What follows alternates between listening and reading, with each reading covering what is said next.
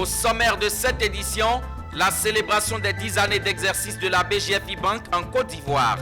Une occasion pour retracer le parcours de l'établissement bancaire et faire des projections. L'institution de microfinance Advance Côte d'Ivoire a aussi célébré ses 10 années de présence en terre des Burnies. Au cours de cette célébration, ses responsables ont réitéré leur ambition et présenté les perspectives de l'IMF pour leurs clients.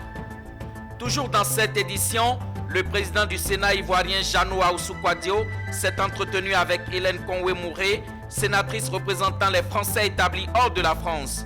La coopération interparlementaire entre les Sénats français et ivoiriens a été abordée. Restez avec nous pour les détails.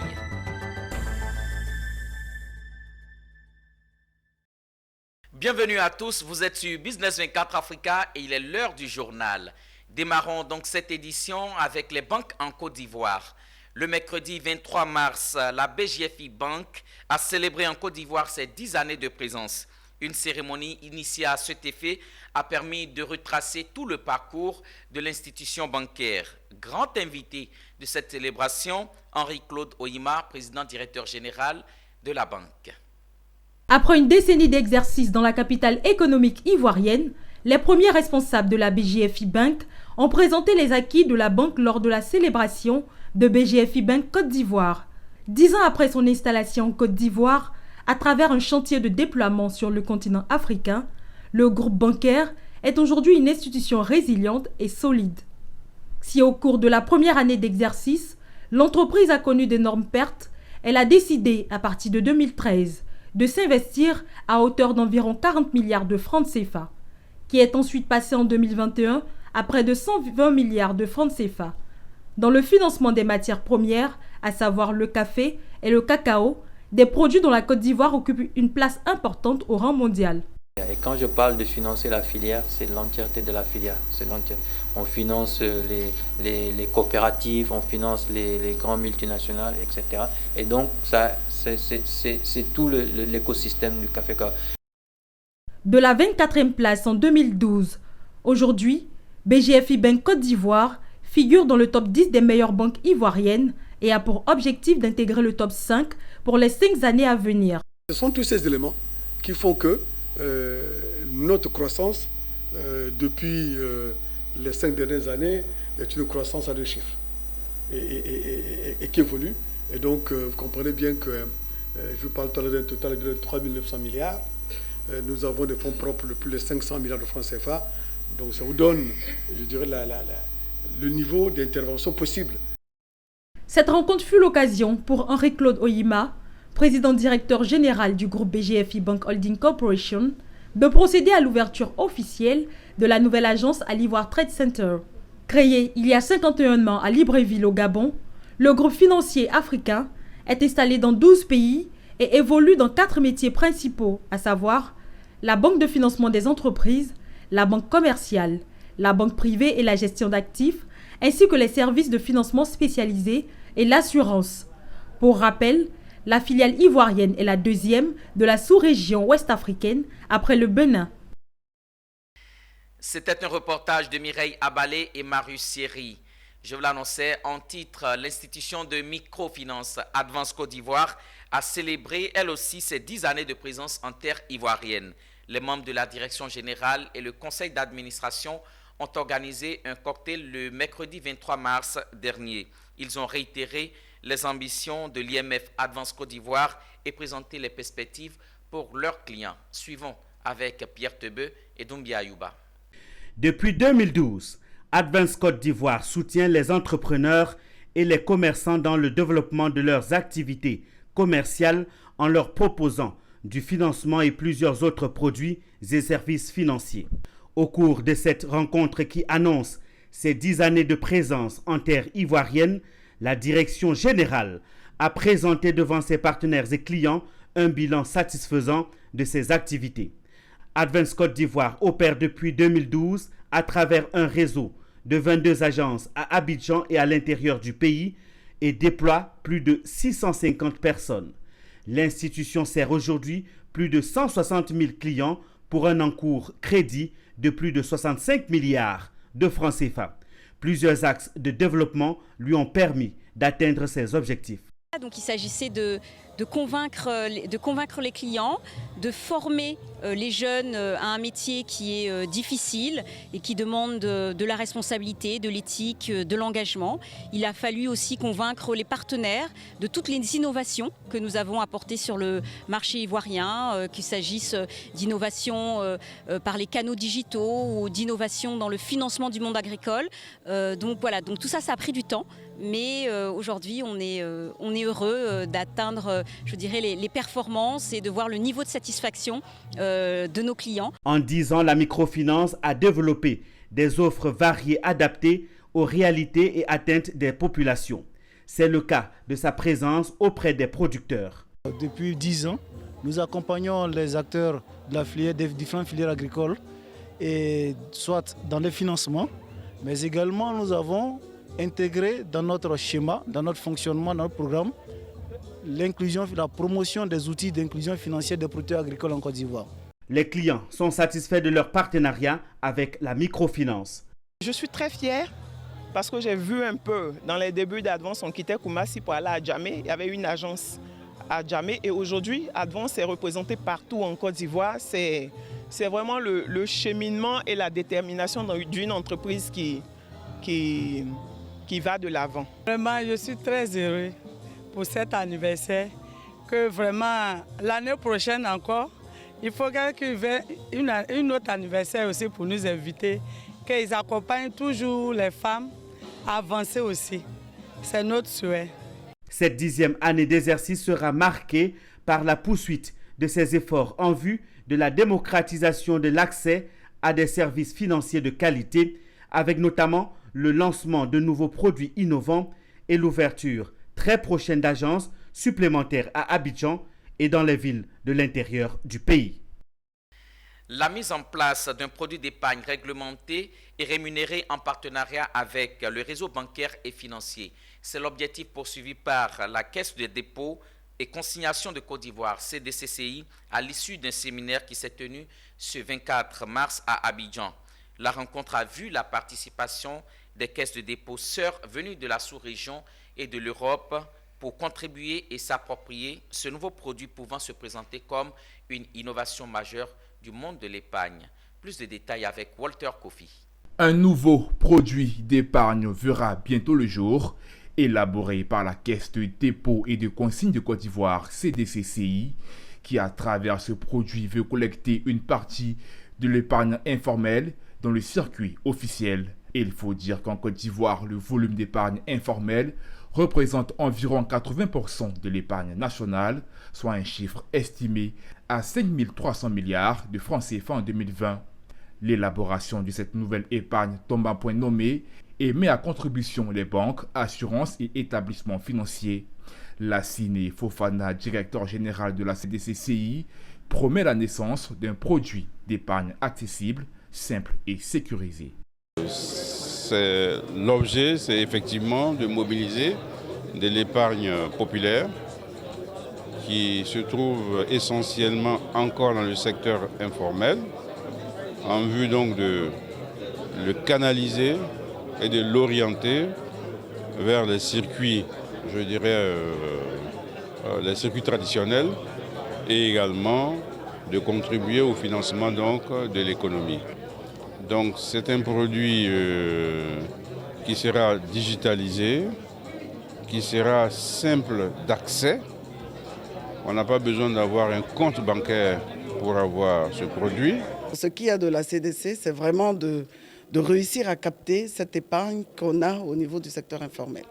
Plusieurs caisses de dépôt sœurs provenant de pays de la sous-région et de l'Europe ont apporté leur contribution pour l'élaboration de ce nouveau produit d'épargne. Et notre rôle, c'est de les accompagner pour développer leurs produits, notamment ce produit d'épargne qui est assez stratégique, mais aussi de créer des réseaux et des échanges de bonnes pratiques entre la CDC Côte d'Ivoire et ses homologues en Afrique. Notons que ce projet de mise en place d'un produit d'épargne réglementé, rémunéré, distribué, a bénéficié de l'accompagnement de l'Agence française de développement. Page média dans ce journal avec Abidjan qui accueille ce jeudi 24 mars la deuxième édition du Forum africain de la presse économique et financière FAPEF. 2 jours d'échanges, des panels, des ateliers autour du thème « Les enjeux du développement durable en Afrique ». Économistes, entrepreneurs, hommes de médias vont tenter de reformuler des recommandations pour une Afrique au diapason d'une économie inclusive et durable. Issa Badini. L'Afrique face aux enjeux du développement durable, la presse économique en parle. Nous sommes à l'ouverture de la deuxième édition du FAPEF, Forum africain de la presse économique et financière, en présentiel et en visioconférence. Économistes, chefs d'entreprise et hommes des médias vont 2 jours durant accorder leur violon sur cette thématique plus que d'actualité, le développement durable. Nous avons initié ce forum pour contribuer à l'impulsion de l'information économique dans notre pays, la Côte d'Ivoire, mais aussi en Afrique de l'Ouest francophone et sur tout le continent. Le développement durable, c'est un enjeu aujourd'hui important quand on regarde les questions climatiques.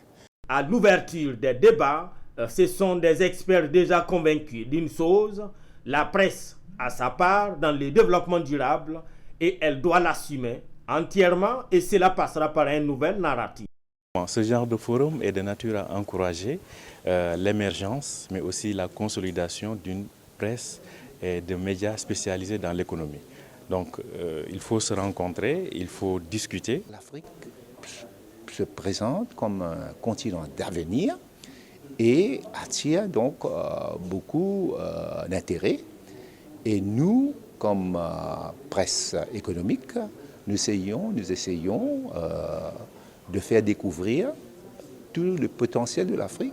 Le FAPEF deuxième édition qui prend ainsi pied ce jour au bord de la lagune Ébrié refermera ses portes sur ces mêmes lieux le vendredi 24 mars.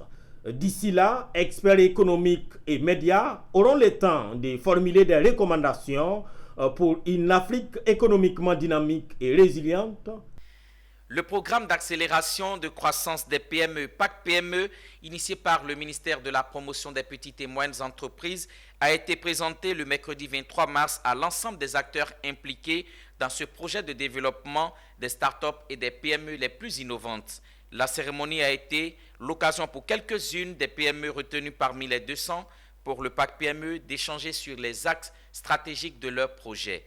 Un pas important dans l'évolution de l'écosystème entrepreneurial en Côte d'Ivoire vient de se faire à travers le programme d'accélération de croissance des petites et moyennes entreprises dénommé PAC PME, initié par le ministre en charge des PME, qui par ce programme a pris en charge un tissu de petites et moyennes entreprises et start-up dynamiques et innovantes afin de leur offrir un accompagnement personnalisé ainsi qu'un financement adapté à leurs besoins. C'est en tout 200 PME bénéficiaires du projet grâce aux banques et institutions financières partenaires du PAC PME pour réaliser leurs projets de croissance. Nous avons présenté donc 200 projets qui ont été donc entièrement pris en compte par les banques dans un premier temps et un deuxième donc programme va être mis en place pour permettre donc par des cohortes de 200 à travers des accompagnements, le montage de projets, les accompagner véritablement devant les banques, mais au-delà du financement,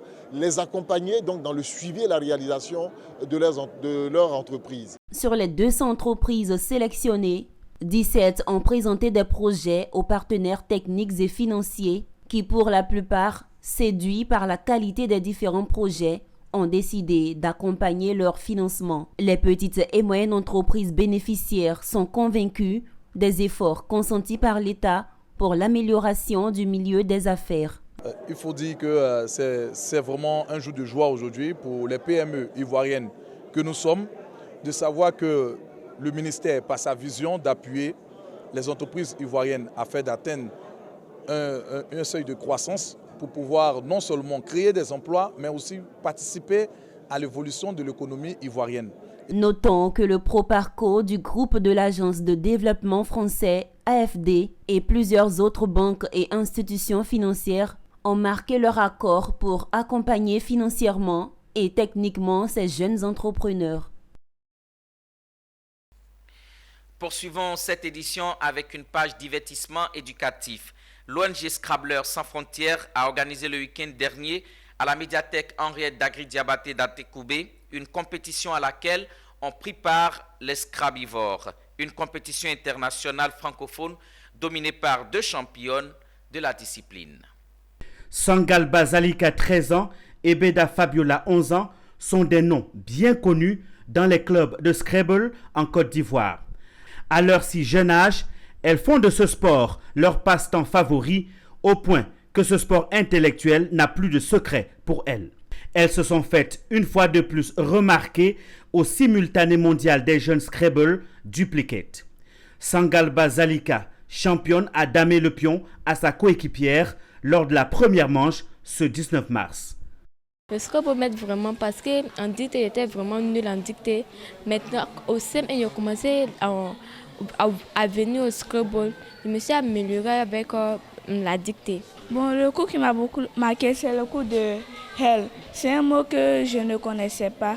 À cause de cette partie, je connais ce mot. 23 jeunes Scrabblers ont pris part à cette compétition internationale. À la fin des 2 manches, on constate une fois de plus que les 2 jeunes championnes se suivent et ne se quittent plus. Le constat est aussi réjouissant quant au niveau scolaire de ces jeunes élèves grâce à ces jeux de mots. Mais nos enfants que vous voyez, il y a une dans sa catégorie, sur les 529 joueurs, c'est-à-dire les poussins, elle s'est classée 2e.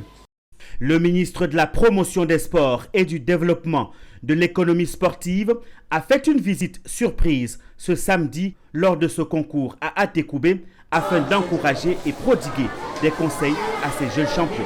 Atekoubé a toujours été un grand lieu de promotion du Scrabble avec la dynamique équipe que conduit M. Diarra-Souba. Et aujourd'hui, nous sommes venus encore soutenir l'ONG des Scrabblers. Le Scrabble est un jeu de société où l'on compose des mots de 7 lettres ou parfois plus. Un jeu de maîtrise de la langue française avec des fédérations nationales et un championnat du monde. Le président du Sénat ivoirien Jeannot Ahoussou-Kouadio s'est entretenu le mercredi 23 mars 2022 à Yamoussoukro avec Hélène Conway-Mouret, sénatrice représentant les Français établis hors de la France, par ailleurs présidente du groupe d'amitié France-Afrique de l'Ouest. Au cours de cette rencontre, des sujets relatifs à la coopération interparlementaire entre les Sénats français et ivoiriens ont été abordés. Zénab Dosso nous commente le reportage de Charles Kouakou. Il était 11h au siège du Sénat à Yamoussoukro lorsque la délégation française a été reçue en audience par le président du Sénat de Côte d'Ivoire, Ahoussou-Kouadio Jeannot. La délégation était composée de Hélène Conway-Mouret, sénatrice représentant les Français établis hors de France, par ailleurs présidente du groupe d'amitié France-Afrique de l'Ouest et son Excellence Jean-Christophe Béliard, ambassadeur extraordinaire et plénipotentiaire de France en Côte d'Ivoire. Plusieurs sujets étaient au centre des échanges, tels la coopération interparlementaire entre les Sénats français et ivoiriens. Après la rencontre avec le président du Sénat ivoirien, la sénatrice française s'est entretenue avec les membres de la commission du Sénat en charge des relations extérieures et des Ivoiriens établis hors de la Côte d'Ivoire. Il s'est agi ici d'un partage d'expériences. À la suite de ces 2 rencontres, s'en est suivie la rencontre avec le bureau du groupe d'amitié Côte d'Ivoire-France. Eh bien, peut-être un peu plus d'expérience, parce que le Sénat français existe depuis plus longtemps. Dans son organisation, on va dire, administrative, je pense que nous avons des bonnes pratiques à échanger pour que le travail des commissions se passe au mieux. Je pense que ces échanges ont apporté, comme Madame la sénatrice l'a dit, beaucoup de choses, beaucoup d'échanges, beaucoup de perspectives d'avenir, surtout dans nos relations administratives. Le groupe parlementaire d'amitié France-Afrique de l'Ouest du Sénat couvre 16 pays d'Afrique de l'Ouest. Sa mission, renforcer les relations entre les institutions. Rendons-nous à présent à Korogo, chef-lieu du district autonome des Savanes. Cette ville a récemment abrité le lancement officiel des activités des structures islamiques d'éducation couplées d'une formation des membres. L'objectif était de les outiller à maîtriser le programme éducatif écrit sur l'éducation religieuse et la langue arabe. Doris Bessé nous commente le reportage de Daouda Ouattara. Pendant 3 jours, le système éducatif musulman était au centre d'un séminaire dans la ville de Korogo. Ils sont venus de toute la Côte d'Ivoire, composés essentiellement des délégués et membres de la plateforme CIE, pour prendre part au lancement officiel des activités des structures islamiques d'éducation. Une plateforme qui a pour vision de pérenniser l'enseignement du programme officiel dans les structures islamiques d'éducation et le programme arabo-musulman dans toutes les structures islamiques. Aujourd'hui, il est question quand même de venir leur présenter non seulement le programme consensuel et l'emploi du temps consensuel qui ont été élaborés par la plateforme et le ministère de l'Éducation nationale, et aussi profiter de l'occasion pour les former. Et on attend par structure islamique d'éducation toutes les écoles islamiques en Côte d'Ivoire, qu'elles soient coraniques, qu'elles soient madrasa, qu'elles soient des écoles franco-arabes ou encore des écoles confessionnelles islamiques. Donc tous ces promoteurs sont regroupés dans une fédération qu'on appelle plateforme. Donc la plateforme nationale existe à Abidjan et a ses représentants dans les différentes directions régionales de l'éducation nationale et de l'alphabétisation. Vous savez, nous avons des défis à en relever. Nous avons des enfants de la Côte d'Ivoire dans nos mains. Nous avons les enfants dont les parents nous ont fait confiance. Tout en utilisant également l'aspect islamique, l'aspect religieux, l'aspect coranique. Des programmes sont établis. Vous aurez le partage de ces programmes-là. Les temps forts de ce séminaire de formation sont entre autres l'exploitation de fiches pédagogiques et les emplois du temps harmonisés. C'est tout pour cette édition. Très heureux d'avoir parcouru avec vous l'actualité. On vous donne rendez-vous dans les prochaines éditions, toujours sur la télé utile. À bientôt.